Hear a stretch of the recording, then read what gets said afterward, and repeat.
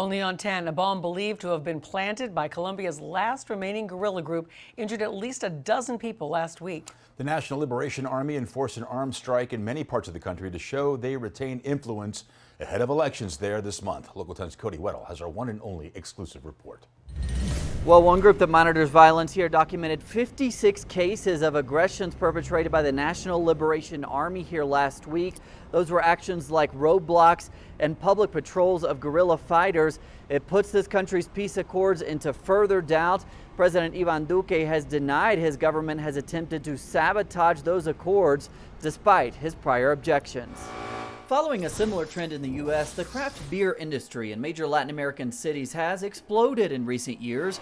It's a business opportunity for someone like Carlos Alberto Grajales, who operates this brewery in Bogota. But he prefers not to be called an owner. That's because he maintains his communist ideology as a former member of the FARC guerrilla group. No una empresa privada, es una asociación. Telling us this isn't a private business, it's an association without profits. Instead, we have what we call excess revenue that is reinvested in our objectives.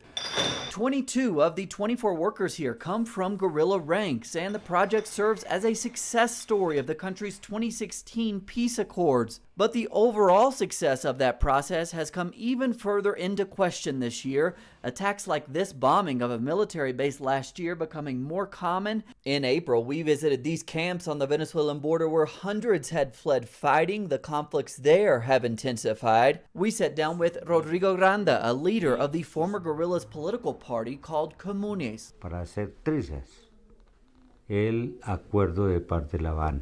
And he places the blame of the increase in conflict squarely on President Iván Duque, saying they came to power to shred the peace accords, but haven't been able to completely do it. At the brewery, Grajales says his beer tastes like peace. It's a peace they continue to push for even as the violence intensifies. From Bogota, I'm Cody Weddle for Local 10 News.